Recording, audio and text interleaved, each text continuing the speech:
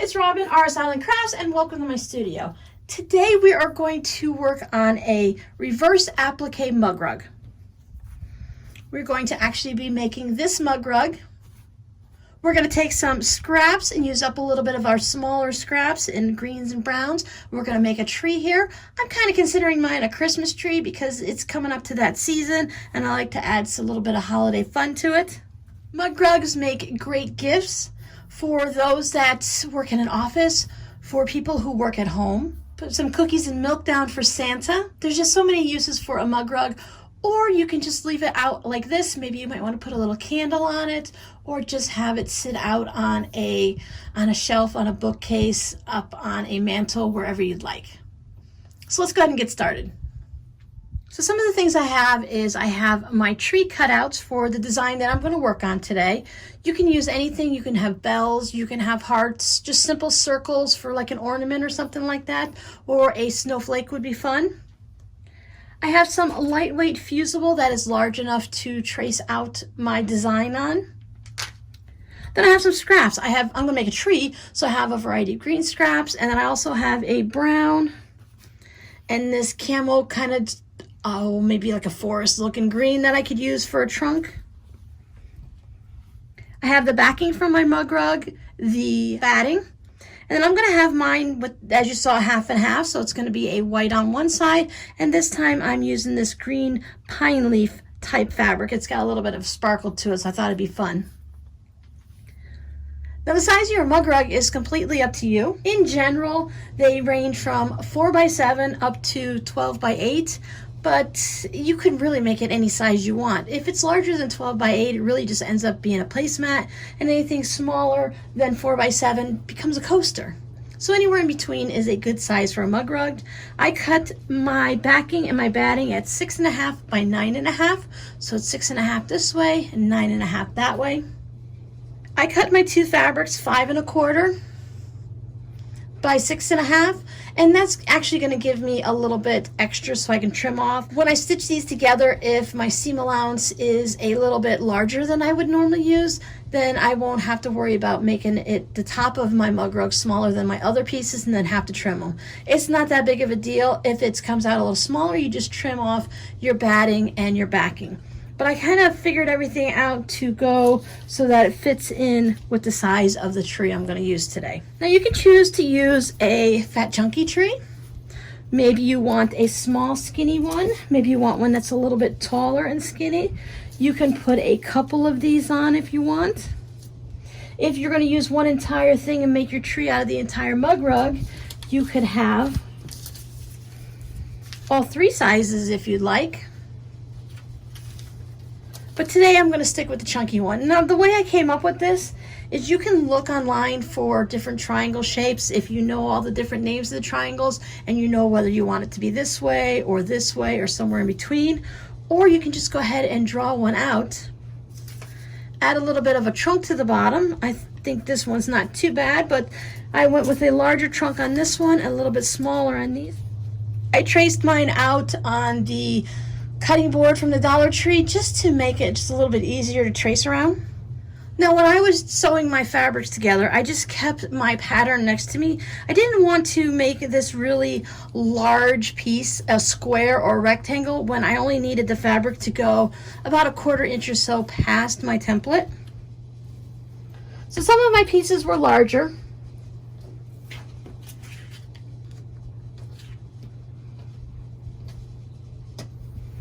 And then I tried to make them a little bit narrower as I went down, going in this way some. Since I cut a variety of fabrics, they have of different lengths, I could always just put it on and then afterwards I can trim off the extra. And then if I want to have a green trunk, or if I wanted to have more of a brown. My strips are about 1.5 inches wide, but you can really use them. This one's a little bit wider. and some are a little bit narrower. I like how it changes up where they're not all the exact same width, but of course you can use them all the same width, and you can just use one same piece of fabric if you want. If you have a fun green fabric that has a lot of small print in it and gives it kind of a movement to it, you can use that. This one right here would have been great for a tree on its own. I wouldn't have had to piece anything together, but I really wanted to use up some more of my smaller scraps and get them out of my scrap bin, and just to have a little bit more fun. So I have two examples of what I stitched together here. See how some of these are much wider than the rest, and that just gives it a little bit more fun to it. But again, you can have them all the same width.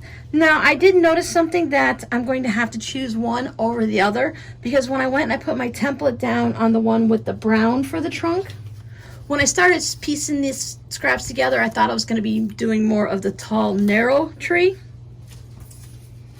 until I changed my mind and decided I wanted to go more of the shorter one with the wider base.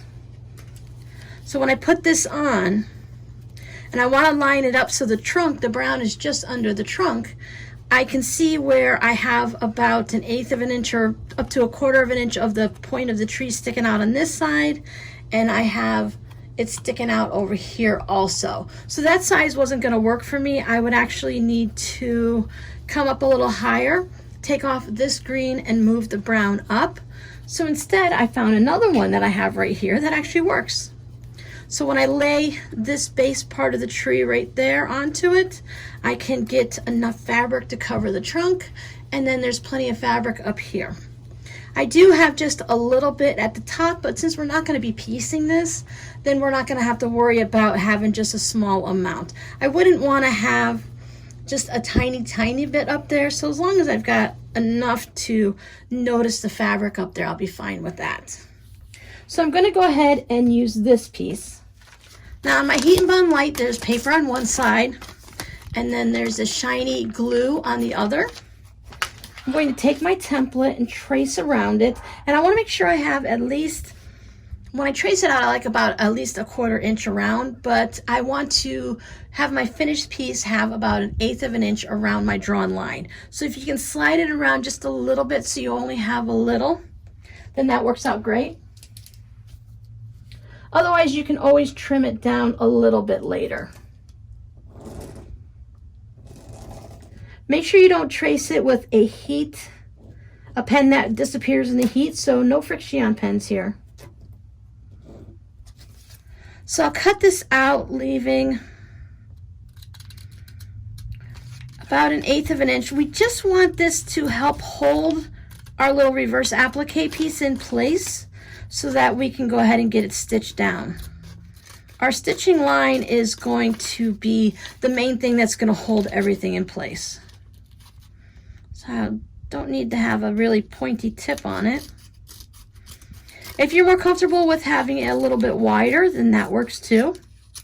I like to give my scraps just a little bit of a press to make sure everybody's laying down and behaving. Don't want any twisted seams or anything like that. Same thing with my white fabric. My white fabric has a white on white print, so I need to make sure that when I do this, I want to work from the back side to start off. Now you can make some measurements and you can fold your fabric and you can decide to put it exactly in the right spot if you want it to be a certain distance from each side and all of that. I'm going to pay attention to make sure I don't go too close to this edge because I want to sew these two together. And I also don't want to go too close to this edge because I don't want any of my tree to either be trimmed off when I'm trimming everything up or to be hidden underneath the binding when I go ahead and bind it. So if your tree is larger than mine, maybe you might need to make a little bit of a larger mug rug. You can turn it this way and just have one large, tall, skinny tree. But I like the idea of having a fun print on one side and then our scrappy tree on the other. So I'll just line it up.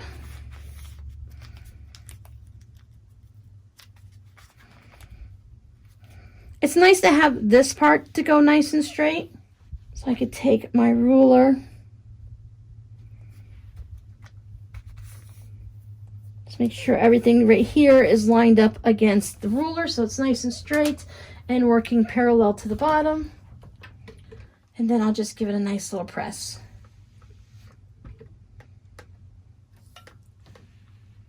Just go ahead and read the directions for whatever product you're using, like Heat and Bond. See what it says and how long you need to hold it and what you need to do to make sure it stays nice and secure. Since we're going to be stitching this down also, I'm not too worried about it being any type of a permanent thing. Since we're using Heat and Bond Light, I need to make sure that I stitch it down, otherwise it could easily peel up. If you're not going to be stitching it all, then they do have a heavier weight, but that one you cannot use through your sewing machine. It tends to gum up the needle. There's a lot of glue on it. Now we're going to trim away along our actual line that we traced our tree on. I like to take my seam ripper, just kind of go in, poke it through, and just make a little bit of a starch. You can also just fold it and snip it with your scissors. And then we'll trim it out. This is what we're going to see up against our green scrappy fabric. So we want to have nice clean lines. Unless your design has a whole bunch of waves, we don't want to have to worry about that. So I'm going to do my best to cut it out nice and straight. But I have this piece of fabric now with Heat and Bond on it that I can use for something else. I do have this little cut out of it, so if you cut right along the lines, you won't have that. But I can always add some type of decoration there, and now I have a white Christmas tree. Now you can do this without using any type of a fusible. I just find it easier to keep everything in place and to hold it exactly where I want it to be. If I have even it's just the slightest bit on there. Now you could also, for a tree like this, you could use a couple dabs of some Elmer's glue. You can use some of the 1/4 inch Steam-A-Seam or Heat and Bond tape that you can buy, so that would work also. But for something like a snowflake that has all the delicate pieces inside of it, using one large piece of Heat and Bond and then cutting out your snowflake works really well because it keeps all of the pieces in place. It stops them from shifting at all. But for something as simple as this little bit of a triangle with a little bit of a trunk at the bottom, you could probably do without if you didn't have any available. So I'll peel off the paper.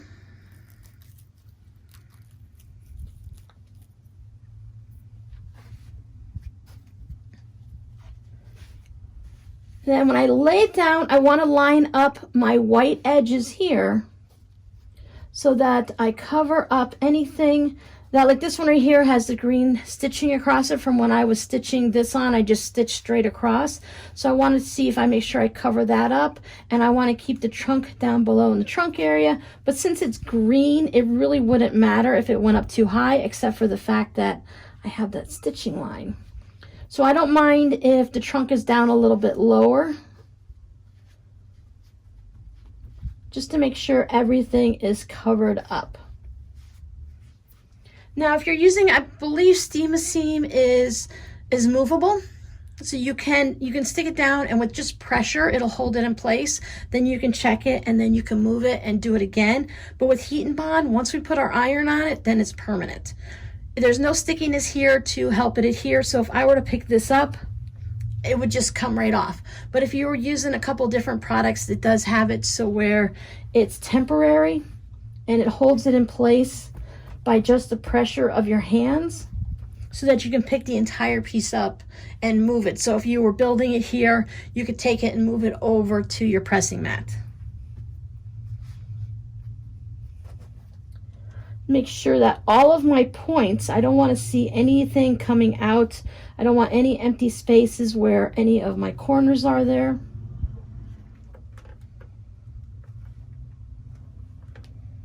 Remember, we only have that one thin piece. It's only about 1/8 of an inch from what I left. You could leave more, but I just want it to be enough to hold my tree in place. So I can now take it over to the sewing machine, and you can do your stitching that's going to hold your tree in place. You can just stitch a simple 1/8 of an inch away from the inside. Just stitch 1/8 of an inch to 1/4 of an inch. We do have the Heat and Bond on there, so it shouldn't fray too much, but if you wash it a lot and use it a lot, then there's possibility that's going to fray. This is raw edge applique, so there's always that opportunity for it to fray a little.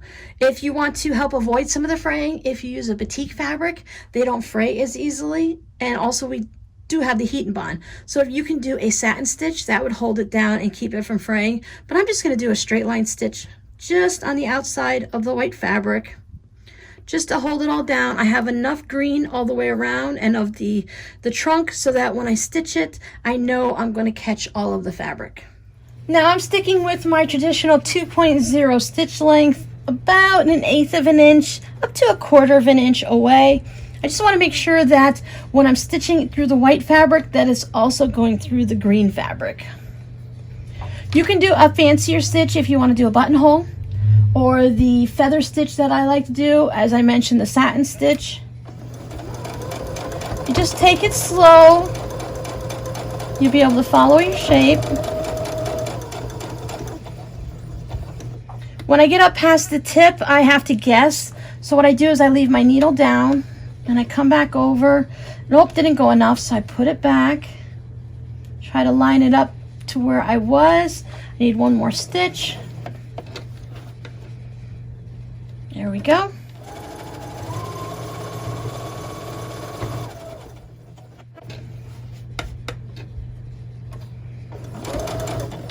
Since I'm using a white thread on white fabric, if I get a little bit off, it's not going to be as noticeable. If I were using green or red thread or black or whatever, it's going to be a really high contrast, so you'll see if you get a little bit off. So if you go down and you kind of have to swerve a little to get back into line, it's not as noticeable.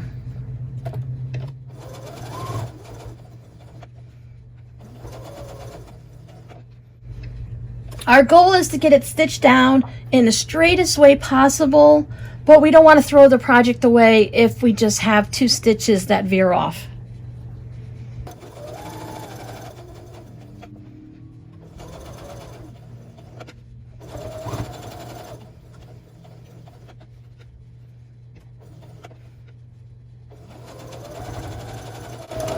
Then when we get back to where we started, just a little back stitching.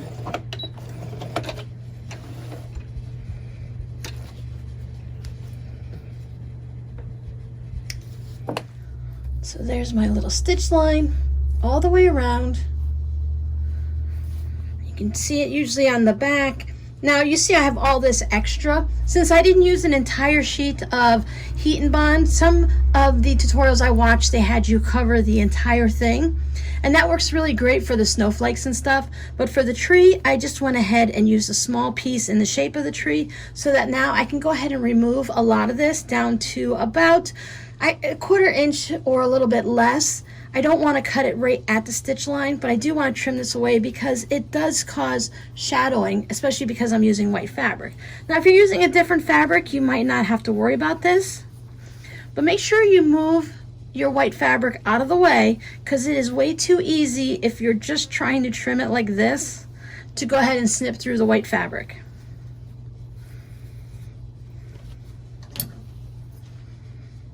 Just trim some of this up. Go slow as you're going through the seams. You can use your rotary cutter if you're worried, as long as you're moving that white fabric out of the way.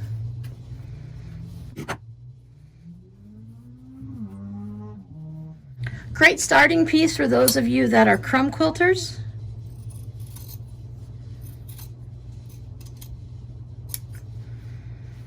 Now you could use this stitch as you're stitching this around. You could have it right on your mug rug all put together, the whole sandwich, and use this as your quilting, but then you wouldn't be able to remove any of this excess fabric. So that's something you'd have to think about ahead of time, that if you were going to use that stitch line there as your quilting, then you need to go ahead and trim around it ahead of time so that it's not a big shadow.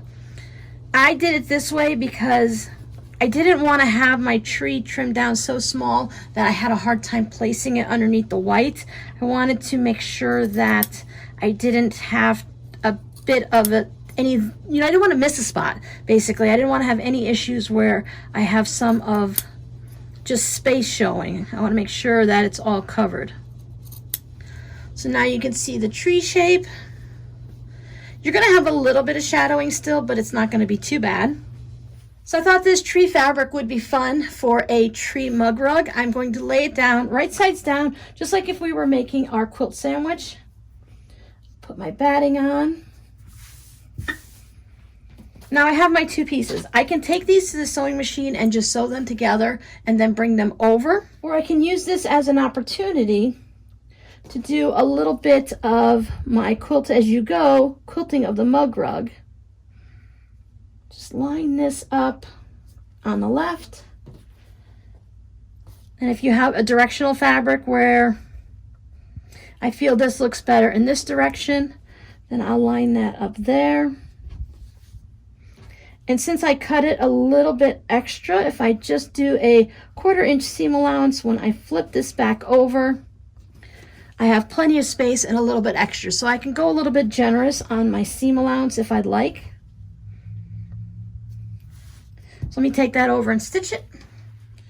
Now I'm using 100% cotton batting, and my batting allows me to stitch 10 inches apart when I'm quilting it. So what I've done there and just quilted that could be it. I could be perfectly fine.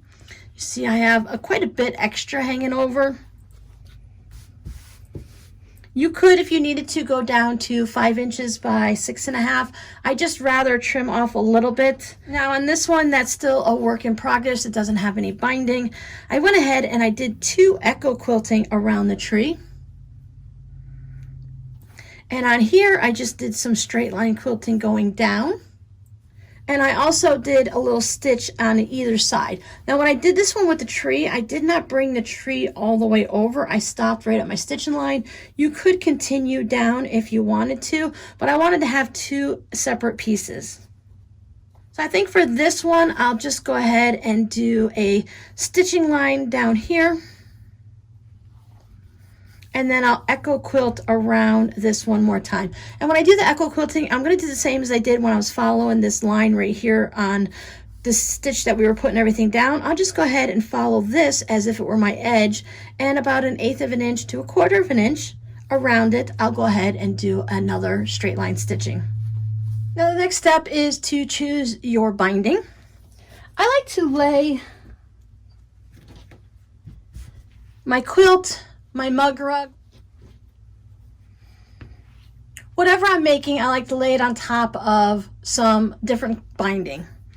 Now I really like this light green around this side, and I think the red would be fun around that side.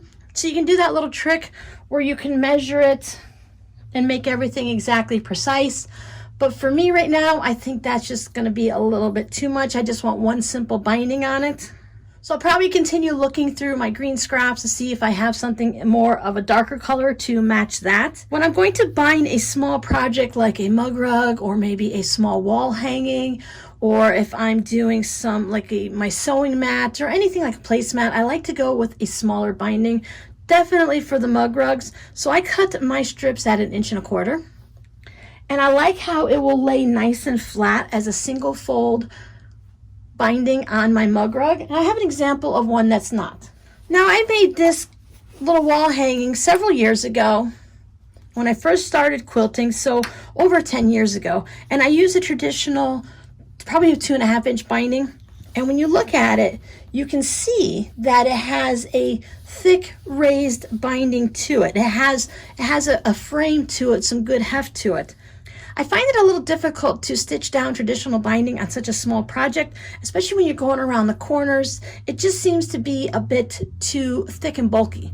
Plus, if I'm going to be using it for a coffee cup and such, I want to be able to set it on there, and I don't want to hit it on anything. I don't want to frame it. I don't want to have that edge around it. So that's when I go with the single fold binding. I don't need it to be structurally sound like on a quilt where you want that extra strength around the edge from doing the double fold. So if there's any wear and tear, you have that durability. So I'm just going to go with single fold on this one. Since you already saw the finished mug rug at the beginning, you know I chose white for my binding. I wish I had more of this green fabric, but I only really had just about enough for this piece. But that's okay. I like the fresh, clean, snow type look to it. As I said, single fold binding. I stitched my binding to the front and I flipped it to the back. I'll put a link down below for my single fold binding technique. I have a video for that. I used glue on it to hold it in place, and then I tried to get fancy and just stitch in the ditch along here so it would catch on the binding on the back, and for the most part it did, but it missed a spot here or there. So I just went ahead with my little serpentine stitch that I just love to use on the binding. I did that all the way around, and I think it kind of adds just a little bit extra to the piece. Everything's nice and flat. There's not a big thick piece of binding here that kind of makes it as this big old frame to it or something like that. So I really like the way it looks. It is quilted just enough to hold it together. This side has no quilting on it, but that's okay because this, with the cotton batting, there is plenty of room. You can see the tree on the back, a little extra quilting there. So that's it. That's how I did the reverse applique. There's other variations to do it in different ways. Of course, just like with any technique, there's probably 4 or 5 more ways to do it. I do have the raw edge. I like when things fray and get that little bit of a rustic type look to it. It doesn't bother me. If I wanted this to be nice and smooth, I could tuck under the edges and either stitch it down by machine still or do a little needle turn. For that, I would need to snip into the corners here just to allow that to tuck under. And then I would have a nice smooth edge with no fraying. But again, I like the fraying. You can even stitch your scraps together so it's like a rag quilt, so that you have your seams popped up and you can let them fray, so you can have more of a Christmassy type tree because they, you know, they have branches with the needles and stuff, or you can just leave it nice and flat. So I hope you enjoyed this video, and if you have any questions about the reverse applique technique, please leave them down below in the comments. With the reverse applique, you do have to kind of switch your mind and think backwards, kind of like when you're doing foundation paper piecing and such, where you have to think about the back forward. But once you kind of let your brain think about how it goes, and this is a really simple one to start with, I think this could be used in a variety of applications or just as a simple mug rug. So I think your code word for this week will be needles, because we have the pine tree with the needles. We use needles to sew it. And sometimes it's just hard to come up with a code word. So this week it's going to be needles. So thanks for hanging out with me, and I'll see you guys in the next video. Bye!